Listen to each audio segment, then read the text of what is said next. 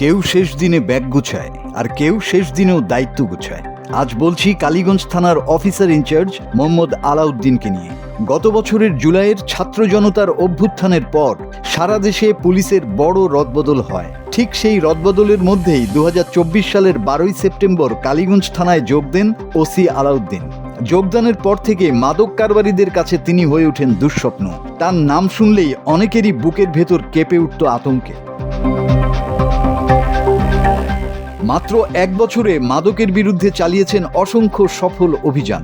রুজু হয়েছে বিপুল সংখ্যক মামলা, আটক হয়েছে বহু মাদক কারবারি, উদ্ধার হয়েছে বিভিন্ন ধরনের মাদকদ্রব্য। উপজেলা প্রশাসনের সহযোগিতায় মাদক সেবীদেরও হয়েছে জেল জরিমানা।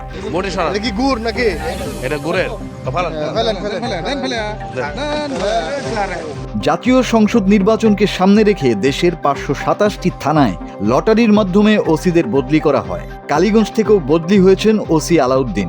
তার নতুন কর্মস্থল নারায়ণগঞ্জের 2500 থানা।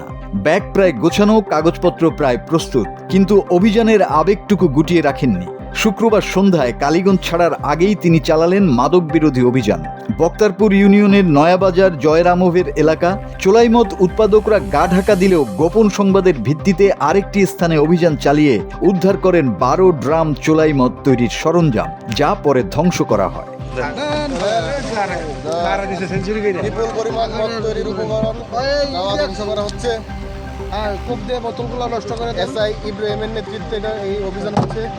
শেষ কর্মদিবসে যেখানে অনেকেই নরম হয়ে যান, সেখানে ওসি আলাউদ্দিন আবারও প্রমাণ করলেন পদবি বদলায়, কর্মের দায়বদ্ধতা বদলায় না।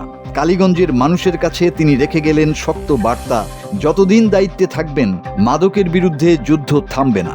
আপনারা জানবেন হয়তো আমার যাওয়ার প্রাককালেও আমার অফিসাররা, আমার সহকর্মীরা আমার প্রতি তাদের আন্তরিকতার বহিঃপ্রকাশ হিসাবেই গতকালকেও জয়রামবের এলাকায় ব্যাপক অভিযান করে সেখানে পরিত্যক্ত অবস্থায় বিভিন্ন জায়গায় মাঠে ঘাটে পুঁতে রাখা 12টি চোলাই মদের উপকরণ, যেগুলো দিয়ে মদ তৈরি করে, সে সমস্ত জিনিস পেয়েছে।